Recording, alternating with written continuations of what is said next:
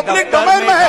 इन्होंने जो लेटर दिया है और प्रेस को भी कहा है, और प्रेस को भी कहा है सर, प्रेस के पास अनुभव होता है, प्रेस के पास भी सर इनका लेटर है सर, प्रेस पे चल रहा है। उसके बारे में मैंने पूछा, मैंने कुछ सीक्रेट नहीं पूछा, सीक्रेट इनका जो सीक्रेट है मैंने नहीं पूछा, लेकिन इन्होंने क्या बता रहे हैं, माननीय प्रधानमंत्री जी का नाम लेके शेयर कर गरिमा और एक संसद की, उनको पता है, वो बोलने तो हम भी चर्चा के लिए तैयार है, लेकिन ऐसा अनाप शराब आरोप नहीं लगा सकते हैं। अगर मंत्री महोदय अगर ये ऐसा नियम शुरू करना चाहते हैं कि सदन आपके दफ्तर में जो बात होती है उसको बाहर उजागर करना चाहेंगे तो बात हम भी रख सकते हैं सर, हम भी उल्टा बात रख सकते हैं अंदर के। तो इस प्रकार के आप संसदीय मंत्री हैं, आप इस पब्लिक डोमेन में please understand, it is in the public domain, it is in the media, it is in the social media, what are you talking? हमारे अध्यक्ष महोदय के दफ्तर में जो बातें करते हैं उसको इस प्रकार से आप उसका उल्लंघन मत करिए। आप संसदीय मंत्री हैं, आप तो अपना कर्तव्य याद रखिए, आपका लेटर पब्लिक डोमेन में है, कर्तव्य याद रखिए, आप तो अपना कर्तव्य याद रखिए। अध्यक्ष महोदय अब एक मिनट, महत्वपूर्ण विषय पर चर्चा कर रहे हैं। कोई भी ऐसा हम इस सदन की गरिमा के अनुसार बोले, सदन की परंपराओं के अनुसार बोले, अविश्वास प्रस्ताव एक गंभीर प्रस्ताव है, तो मेरा सभी सदस्यों से आग्रह है कि वह चर्चा को गंभीरता से करें तो उचित रहेगा। गौरव गोगोई जी। अध्यक्ष महोदय, मैं इस प्रस्ताव को आपके समक्ष रखता हूं और आपकी अनुमति की अपेक्षा करता हूं कि मैं अपना वक्तव्य रखूं। अध्यक्ष महोदय, मैं सबसे पहले आपका आभार प्रकट करता हूं कि आपने इंडिया अलायंस के इस अविश्वास प्रस्ताव को आपने स्वीकार किया।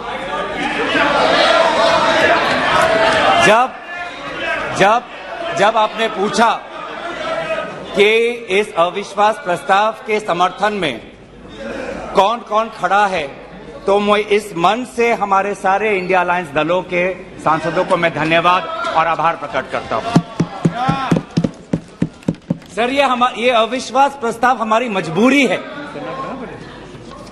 ये हमारी मजबूरी है कि हम अविश्वास प्रस्ताव हमें लाना पड़ा, क्योंकि ये बात कभी भी संख्या की नहीं थी, ये बात हमेशा इंसाफ की थी, मणिपुर के इंसाफ की। आप पहले प्रस्ताव रख दो आप पहले। सर, प्रस्ताव मैंने आपसे अनुमति मांगा, मैं प्रस्ताव आगे करता हूं। मैं शुरुआत में उनकी अनुमति मांगी मैं। ये इंसाफ मणिपुर की है, मणिपुर के लिए है, इंसाफ है। मैं पढ़ूं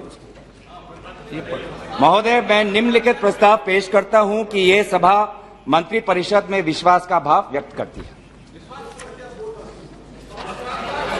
सर, अध्यक्ष महोदय, ये अविश्वास प्रस्ताव मणिपुर के लिए हम लाए हैं, इंडिया अलायंस, क्योंकि मणिपुर आज इंसाफ मांगता है, मणिपुर का युवा इंसाफ मांगता है, मणिपुर की बेटी इंसाफ मांगती है, मणिपुर के किसान इंसाफ मांगते हैं, मणिपुर के छात्र इंसाफ मांगते हैं। और मार्टिन लूथर किंग ने कहा है, मार्टिन लूथर किंग ने कहा है कि अगर कहीं भी नाइंसाफी हो तो वो हर जगह के लिए इंसाफ का खतरा बन सकता है।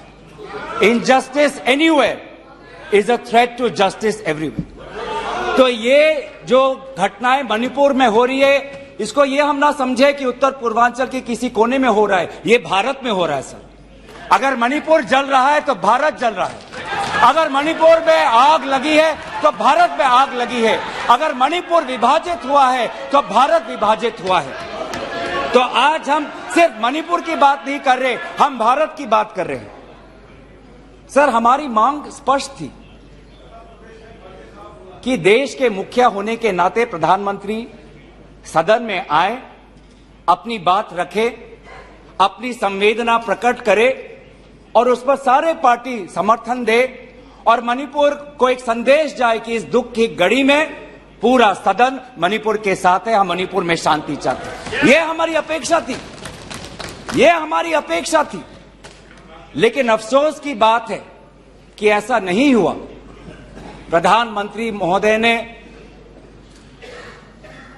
एक मौन व्रत लिया कि सदन में ना लोकसभा में कुछ बोलेंगे ना राज्यसभा में कुछ बोलेंगे, और इसीलिए अध्यक्ष महोदय ये नौबत आनी पड़ी कि हम अविश्वास प्रस्ताव के द्वारा प्रधानमंत्री मोदी जी का मौन व्रत हम तोड़ना चाहते हैं। सर, साफ साफ 3 सवाल है प्रधानमंत्री महोदय से।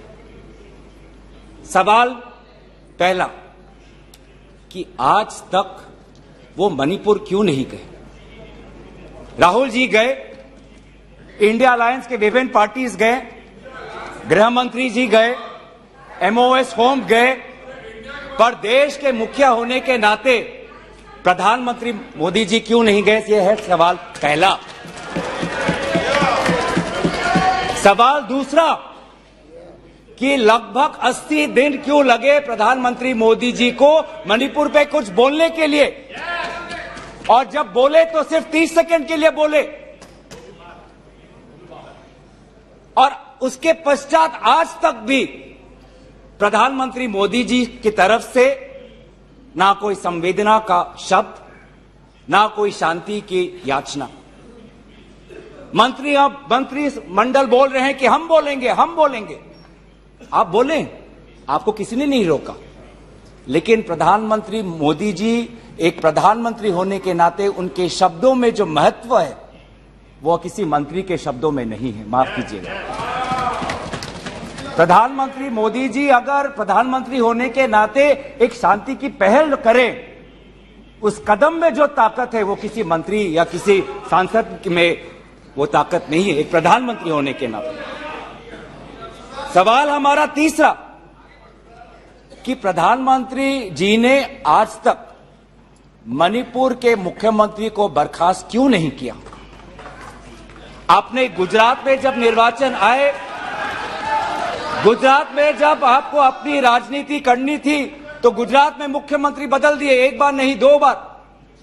उत्तराखंड में निर्वाचन आ रहे थे तो उत्तराखंड में 1 बार, 2 बार, 3 बार, 4 बार शायद आपने मुख्यमंत्री बदल किए। त्रिपुरा में निर्वाचन आए तो त्रिपुरा में भी आपने निर्वाचन आपने से पहले आप मुख्यमंत्री को बदला। मणिपुर के मुख्यमंत्री में ऐसा क्या आपने विशेष आपका आशीर्वाद आप दे रहे हैं जिन्होंने खुद कबूल किया है कि आज मेरे कारण एक इंटेलिजेंस फेलियर हुआ है? ये 3 सवाल हैं सर, और शायद इन 3 सवालों का 3 उत्तर भी है।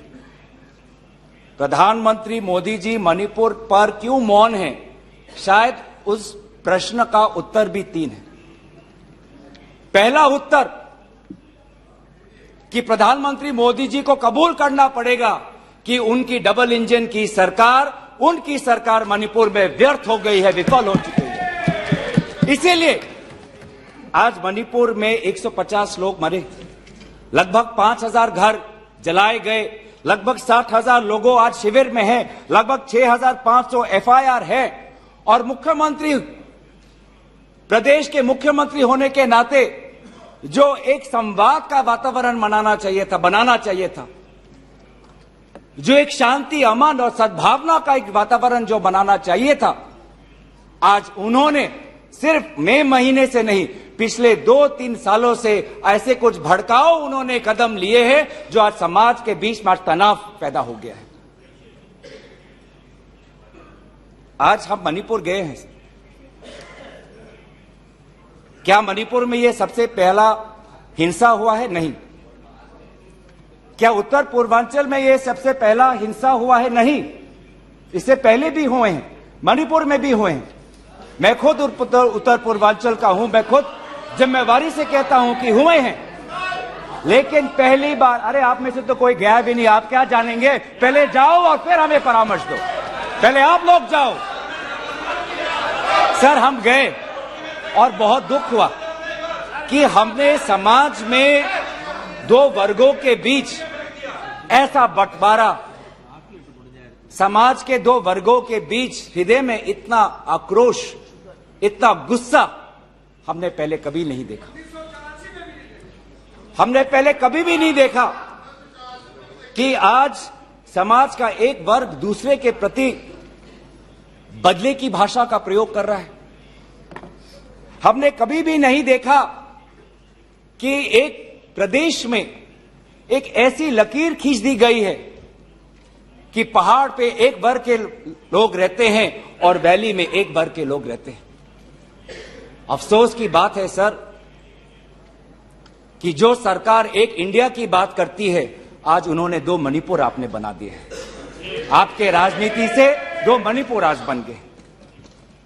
मैं मणिपुर के मुख्यमंत्री को, इस सदन से पूर्व प्रधानमंत्री वाजपेयी जी की राजधर्मों को याद करने के लिए सलाह दूंगा, जिन्होंने कहा कि राजा के लिए, शासक के लिए प्रजा में भेद नहीं हो सकता, ना जन्म के आधार पर, ना जाति के आधार पर, ना समुदाय के आधार पर।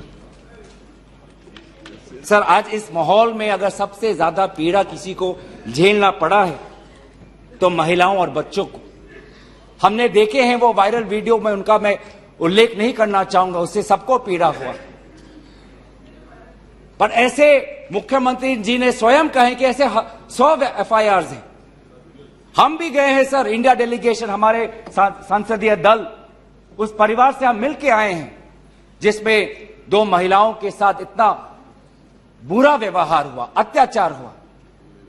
हमने ऐसे भी एक परिवार से मिले जिसमें एक 80 साल की महिला, जो एक स्वतंत्रता संग्रामी की पत्नी थी, उसको घर के अंदर बंद करके जिंदा जला दिया।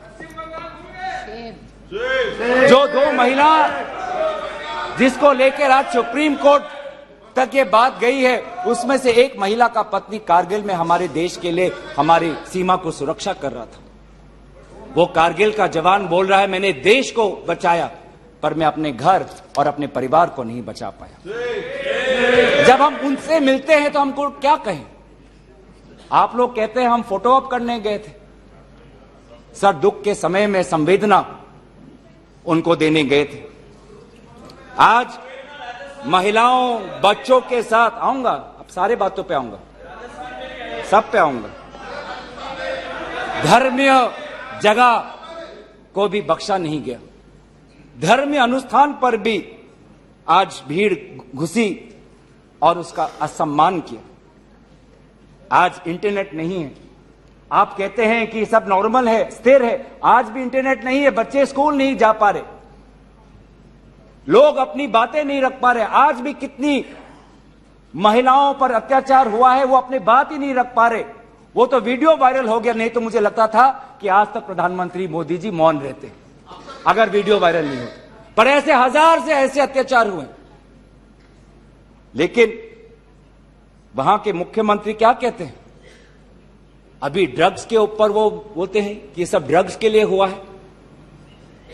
अध्यक्ष महोदय, बहुत गंभीर पूर्वक मैं ये बात आपके समक्ष सदन में रख रहा हूं कि मणिपुर के मुख्यमंत्री के कार्यालय से जब एक ड्रग माफिया के बड़े नेता को वहां की पुलिस ने पकड़ा तो मुख्यमंत्री के दफ्तर से फोन गया कि उस ड्रग के माफिया को बचाओ, रिहा करो।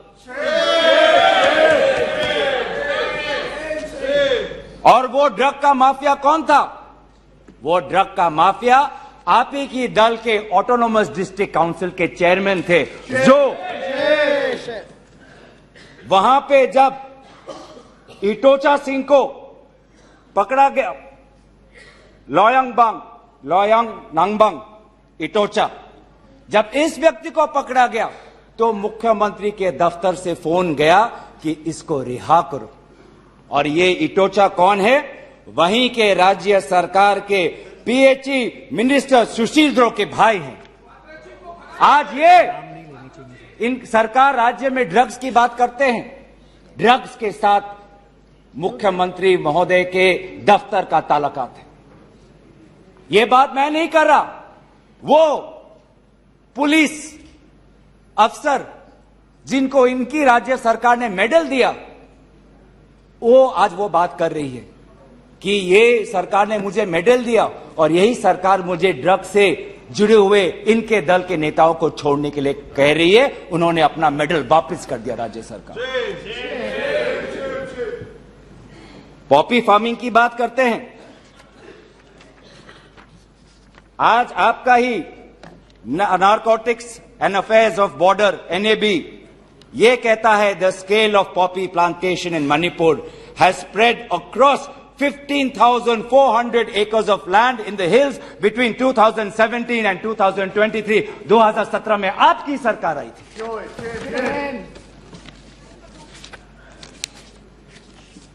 आज इंडियन फॉरेस्ट सर्वे रिपोर्ट 2021 में कहता है that within 2 years time the forest area of Manipur has decreased by 248.63 square kilometers. ये आपके सरकार के नजर के सामने वहां के जंगलों को काटा जा रहा है और पॉपी फार्मिंग को बढ़ावा दिया जा रहा है।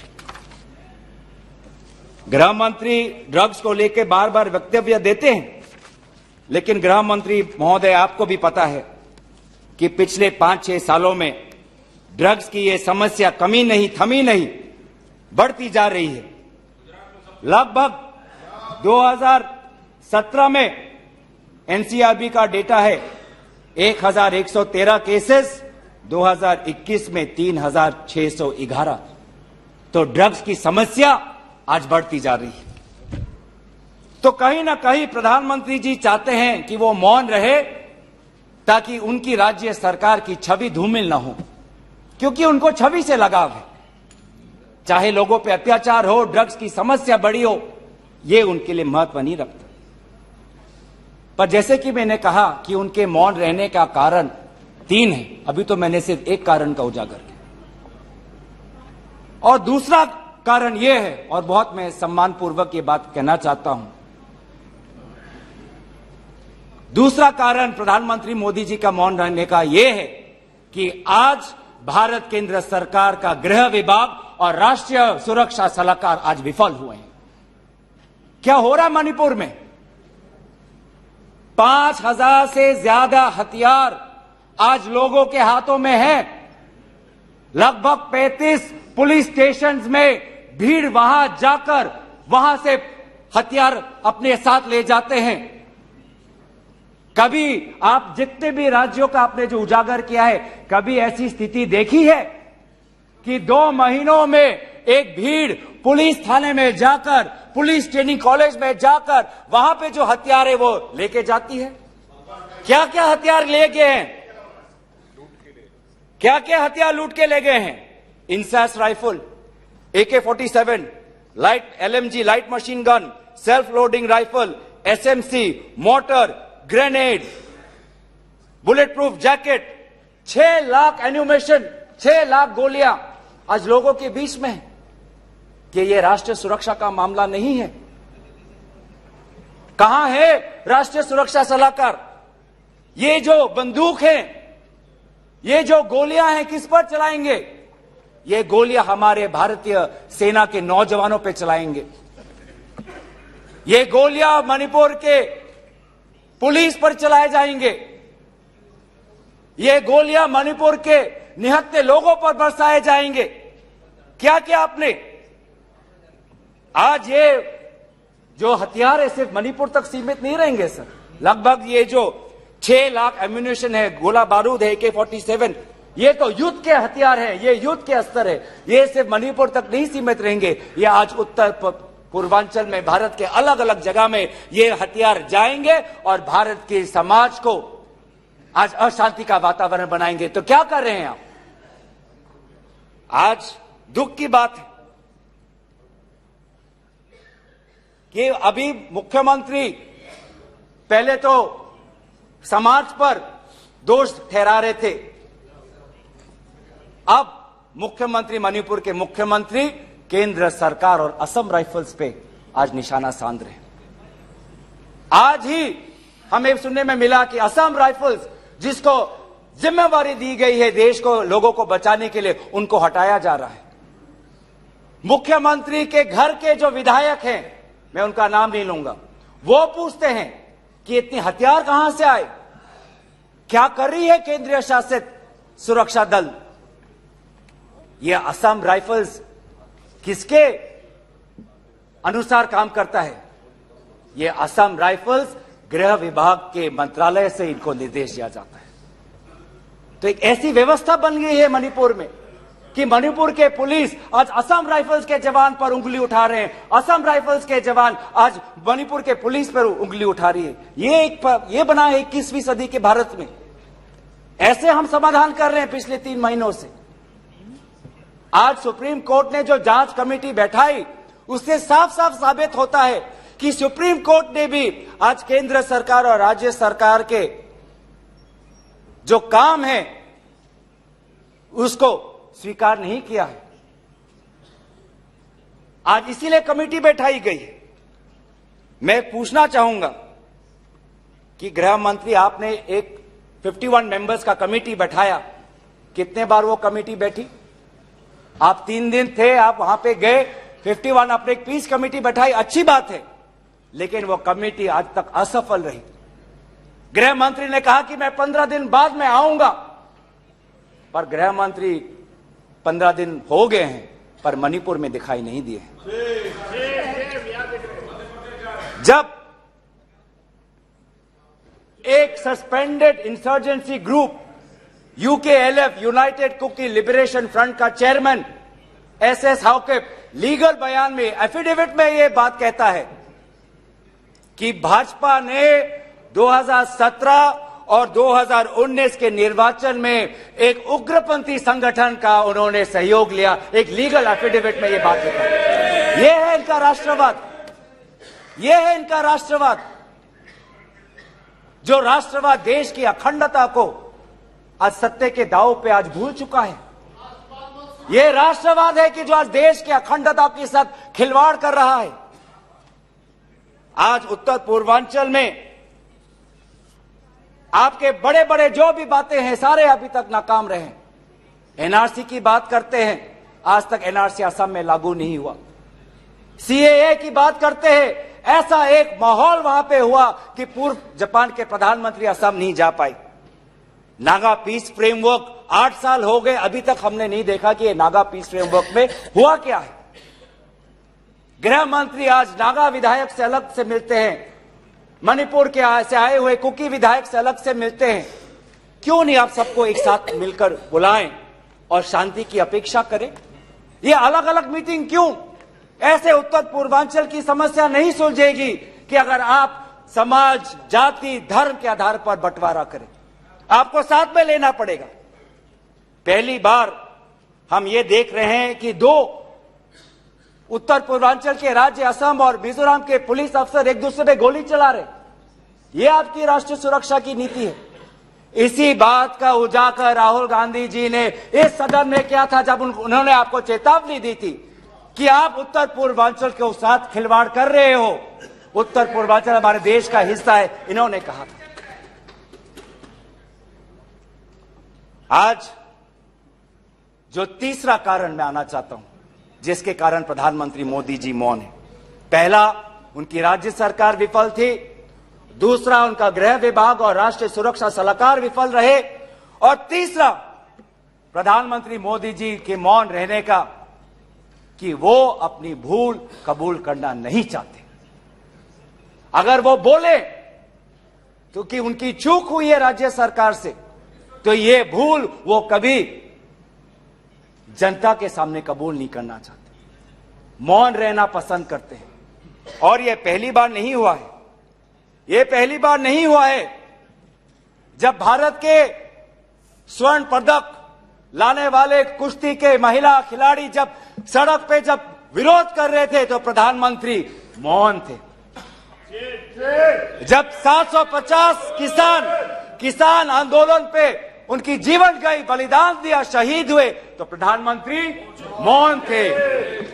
जब 2020 में दिल्ली में रायट्स हुए, दंगे हुए, पर विदेश के एक सरकार के नेता आए थे, उस समय भी प्रधानमंत्री मौन थे।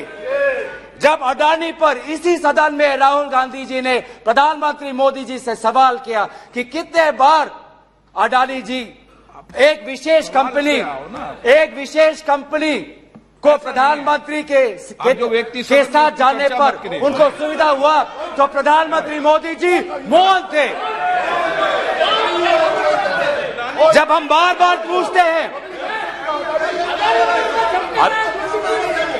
बोल दिया उनको। सर बड़ी आश्चर्य की बात है कि सर कि अभी तक मैंने प्रधानमंत्री का नाम लिया, अभी तक मैंने मुख्यमंत्री का नाम लिया, अभी तक मैंने गृह मंत्री का नाम लिया, अभी तक इनकी तरफ से विरोध नहीं आया, लेकिन जब एक विशेष कंपनी के मालिक का नाम लिया तो ये सारे मंत्री और सांसद खड़े हो गए।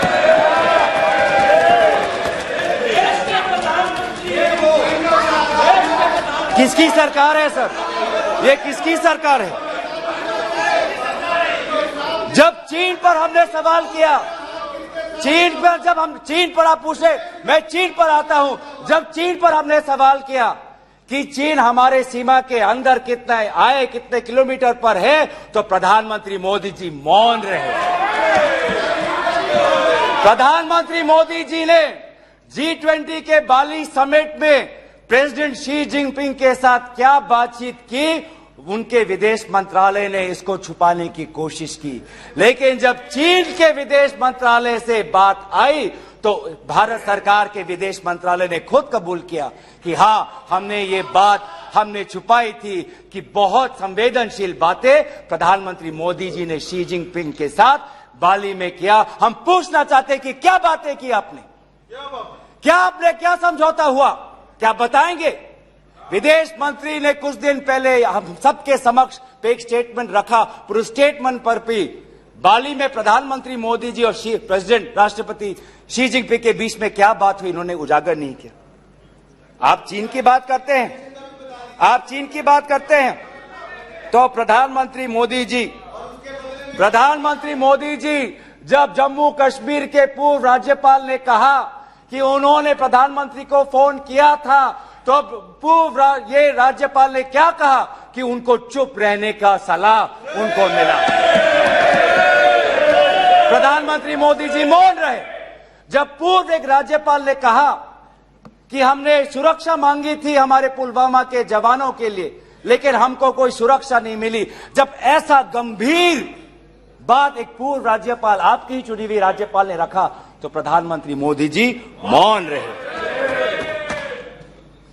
जब कोविड में सेकेंड वेव में लोग के सांसों में, फाफड़ों में ऑक्सीजन नहीं था, तब प्रधानमंत्री पश्चिम बंगाल में वोट मांग रहे थे। जब मणिपुर में महिलाओं पर अत्याचार हो रहा था, तो प्रधानमंत्री जी कर्नाटक में वोट मांग रहे थे। ये कैसा राष्ट्रवाद है? यह कैसा राष्ट्रवाद है जो देश से ऊपर अपने सत्ता को ज्यादा महत्व देता है? इस देश के इतिहास में हमने दूसरे प्रधानमंत्री भी देखे हैं। हमने ऐसे भी प्रधानमंत्री देखे हैं जिन्होंने उत्तर पूर्वांचल और भारत की संवेदना को समझा। मैं उदाहरण देना चाहता हूं, जब असम में हमारा असम अकॉर्ड हुआ 1985 में, तो असम में हमारी कांग्रेस की सरकार थी, लेकिन शांति के पहल के लिए उस समय के पूर्व प्रधानमंत्री राजीव गांधी जी ने कहा कि कांग्रेस की सरकार बर्खास्त होनी चाहिए, हम एक निर्वाचन लाना चाहते हैं ताकि शांति आगे बढ़े। ये हमारा राष्ट्रवाद है कि दल से ऊपर हमारा देश, ये हमारा राष्ट्रवाद है। जब मीजो अकॉर्ड हुआ, सुन लीजिए, सुनने का धैर्य रखिए। जब मीजो अकॉर्ड हुआ 1986 में, तो मिजोरम में हमारी सरकार थी, लेकिन राजीव गांधी जी ने लालडेंगा जी के साथ समझौता करके मीजो अकॉर्ड उन्होंने स्थापना किया 1986 में, और वहां के पूर्व लालडेंगा जी मिजोरम के इंटरिम गवर्नमेंट के मुख्यमंत्री बने। और निर्वाचन ये है कि हमें सत्ता नहीं, हमें शांति चाहिए उत्तर पूर्वांचल में। अगर सत्ता खोनी पड़ी, दल का बलिदान देना पड़ा, तो उत्तर पूर्वांचल और देश की अखंडता के लिए हम वो बलिदान देने के लिए तैयार हैं। सोनिया जी को याद होगा, जब मीजो अकॉर्ड हुआ उसके अगले ही दिन राजीव गांधी जी और सोनिया जी मिजोरम गए थे, आइजवाल गए थे, और जगह जगह पर लोगों ने इन दोनों का स्वागत किया और उन्होंने कहा, स्वागत राजीव गांधी जी, वेलकम राजीव गांधी जी, आप शांति के प्रतीक हो। ऐसा पहल प्रधानमंत्री मोदी जी मणिपुर में क्यों नहीं करते? हम उनका समर्थन करेंगे। इस सदन में जब 2012 में असम में कोकराझार में जब हिंसा हुआ तो इस सदन में, लोकसभा में, राज्यसभा में प्रधानमंत्री, हमारे पहले प्रधानमंत्री डॉक्टर मनमोहन सिंह जी ने इस सदन में उन्होंने बात रखी। जब कोकराझार में जब हिंसा हुआ तो उसके 7 दिन बाद प्रधानमंत्री मनमोहन सिंह जी वहां पर गए और उन्होंने कहा, क्या कहा? उन्होंने कहा असम में जाकर, we are one people, we are one nation, we must live together as such, we must restore peace and calm throughout the area. ऐसी बातें प्रधानमंत्री मोदी जी क्यों नहीं कर? चलिए मेरे दल का नहीं, चलिए मेरे दल का नहीं, मैं आपके दल का उदाहरण देता हूं। जब 2002 में गुजरात में जब दंगे हुए तो उस समय के प्रधानमंत्री वाजपेयी जी गुजरात गए थे, शाह आलम के वो रेफ्यूजी कैंप में गए थे। तो सीधा सीधा सर, मैं प्रधानमंत्री जी से 3 में हमारी याचना है, 3 हमारे याचना है। याचना 1 कि वो सदन में आकर अपनी बात रखे, लोकसभा में आए और राज्यसभा में भी जाएं, लोकसभा में भी आए और राज्यसभा में भी जाए। हमारी याचना दूसरा कि वो मणिपुर जाए और पूरे पार्टी को लेके जाए। ये बात हमने सदन के प्रारंभ होने से भी पहले कहा था कि अगर प्रधानमंत्री पूरा मणिपुर को में एक ऑल पार्टी डेलीगेशन लेके जाएंगे तो हम सब उसमें शामिल होंगे। और हमारा तीसरा ये याचना है कि मणिपुर के विभिन्न समाज सेवक संगठनों को बुलाकर एक मीटिंग करिए, शांति का एक पहल रखिए। लेकिन प्रधानमंत्री क्या कर रहे हैं? प्रधानमंत्री आज इंडिया अलायंस को बदनाम करने में तुले हैं, देश के नाम को आज बदनाम करने में तुले हैं। अफसोस की बात है, अफसोस की बात है, जब आप पॉपुलर फ्रंट ऑफ इंडिया की बात करते हैं, इंडिया मुजाहिदीन की बात करते हैं, ईस्ट इंडिया कंपनी की बात करते हैं, तो हम इंडियन इंस्टीट्यूट ऑफ टेक्नोलॉजी की बात करते हैं, हम इंडियन स्पेस रिसर्च ऑर्गेनाइजेशन की बात करते हैं, हम इंडियन पुलिस फोर्स की बात करते हैं, हम इंडियन एयरफोर्स की बात करते हैं।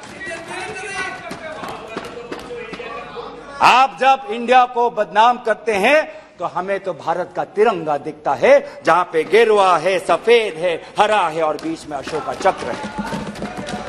आज नफरत एक हथियार बन चुका है, नफरत एक हथियार बन चुका है वोट जीतने के लिए। वो चाहे मणिपुर में हो, वो चाहे हरियाणा में हो, वो चाहे कर्नाटक में हो, वो चाहे मध्य प्रदेश में हो। आप जितना भी नफरत फैलाएं, आप जितना भी नफरत फैलाएं, हमने राहुल जी के नेतृत्व में भारत जोड़ो यात्रा किया है। आपके नफरत के बाजार में हम जगह जगह पे मोहब्बत का दुकान खोलेंगे। हम संविधान की सुरक्षा करेंगे। Our constitution that talks about equality, liberty, justice, fraternity, हम इस संविधान के आदर्शों की हम सुरक्षा करेंगे। आप पूंजीपतियों का विकास चाहते हैं, सबका विकास कहते हैं, लेकिन करते हैं पूंजीपतियों का विकास, और वो भी सिर्फ 6 पूंजीपतियों का। आज भारत में एक ऐसा हमने व्यवस्था देखा है कि 6 कंपनियों के पास आज 25% पोर्ट है, 45% सीमेंट प्रोडक्शन है, 33% स्टील प्रोडक्शन है, 60% टेलीकॉम प्रोडक्शन है, 45% कोल प्रोडक्शन है। ये है आपका विकास का मॉडल, ये है आपका विकास का मॉडल। मैं उस कंपनी का नाम नहीं लूंगा जिससे आप उत्तेजित हो जाते हैं, लेकिन दूसरे कंपनी को तो नाम ले सकता हूं। ये कैसा प्रक्रिया है सर? ये कैसा कॉम्पिटेटिव इकोनॉमी बना रहे हैं? जब अप्रैल 2030 में श्री सीमेंट संघी इंडस्ट्रीज को खरीदना चाहता है तो जून में ही श्री सीमेंट पर आईटी का डिपार्टमेंट का रेड होता है, और जुलाई 2023 में श्री सीमेंट एक्विजिशन से बाहर निकलता है, और अगस्त में अडानी का अंबुजा सीमेंट संघी इंडस्ट्री को ये इकोनॉमी बना रहे हैं। ऐसा इकोनॉमी आप बनाएंगे? हम चाहते हैं पूंजीपतियों का विकास नहीं, हम चाहते हैं कि किसान का विकास हो जिससे राहुल जी मिले हैं। हम चाहते हैं वो मैकेनिक का विकास हो जिससे राहुल जी मिले हैं। हम चाहते हैं वो फैक्ट्री वर्कर का विकास हो जिससे हमारे पास आते हैं, वो स्मॉल बिजनेस, वो ट्रेडर्स जो हमारे पास आते हैं, हम उनका विकास चाहते हैं। आप गरीबों की बात करते हैं, आपने गरीबों के साथ विश्वासघात किया है। आज टमाटर 2050 केजी में, पेट्रोल 102 लीटर का, एलपीजी 1200 रुपए सिलेंडर का, मिल्क आज दूध के दाम पे। आपको इकोनॉमी की बात करते हैं, लार्जेस्ट फास्टेस्ट ग्रोइंग इकोनॉमी की बात करते हैं, जाइए ये भाषा उस आजाद मंडी के उस आदमी के सामने वो रखिए जिसके आंसू आज पूरे देश ने देखा है, जो कहता है रो रो के कि मेरे पास पैसा नहीं है। ये जीडीपी और फास्टेस्ट ग्रोइंग इकोनॉमी की बातें उनको समझाइएगा। आजादपुर मंडी में राहुल जी गए, आप किसान की बात करते हैं, आपके यह डेटा में आज हमको मिला है कि लगभग 10,000 किसानों ने आत्महत्या कर दी है, जिसमें से किसान है, श्रमिक है, कल्टीवेटर्स है। ये है पार्लियामेंट में आज उत्तर आता है कि एमजीएनरेगा में 5 करोड़ लोगों को आज एमजीएनरेगा से बाहर कर दिया है। ये आपका विकास है। तो सर, ये आप गरीबों पे विश्वासघात करिए, हम राजस्थान की तरह देश में महंगाई में हम राहत लाएंगे। आप आदिवासियों में अत्याचार करें, हम आदिवासी छात्र, महिलाओं और एनजीओ के साथ हम भारत को हम जोड़ेंगे और इंडिया को जिताएंगे। India that is a union of states we will protect and we will win. जो 2024 में भारत जीतेगा, इंडिया जीतेगा। इतना अहंकार मत करिए। इन्हीं बातों के साथ मैं अपना प्रस्ताव यहीं पे रखता हूं। धन्यवाद। निशिकांत दुबे।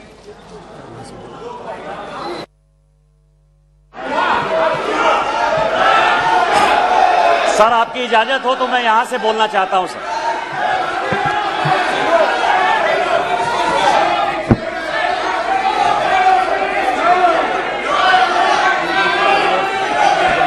अध्यक्ष महोदय, मुझे लगता था कि अविश्वास प्रस्ताव पर राहुल जी बोलेंगे, कांग्रेस के मित्र बोलेंगे और कोई बहुत बड़ा विषय होगा जिसके आधार पर कि रूल्स का फायदा उठाते हुए। माननीय सदस्य ने पूरी बात कही है, ऐसे नहीं चलेगा। प्लीज बैठिए। इसके बाद राहुल जी भी नहीं बोल पाएंगे और कोई अपोजिशन का आदमी नहीं बोल पाएगा। मैंने धैर्यपूर्वक सुना है, आप मुझे धैर्यपूर्वक सुनिए। निशिकांत जी। अध्यक्ष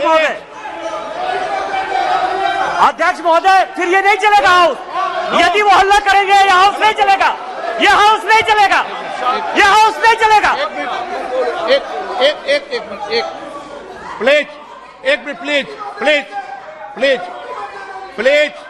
प्लीज आपको मैंने अलाउ नहीं किया है। प्लीज माननीय सदस्यगण, ये महत्वपूर्ण डिबेट है और महत्वपूर्ण डिबेट में आपके माननीय सदस्य ने पूरी बात कही है, सबने पूरी ध्यानपूर्वक सुनी है। अब निशिकांत जी बोल रहे हैं, आप इस तरीके से डिस्टर्बेंस करना ठीक नहीं है। सदन की तरफ बाली निशिकांत जी।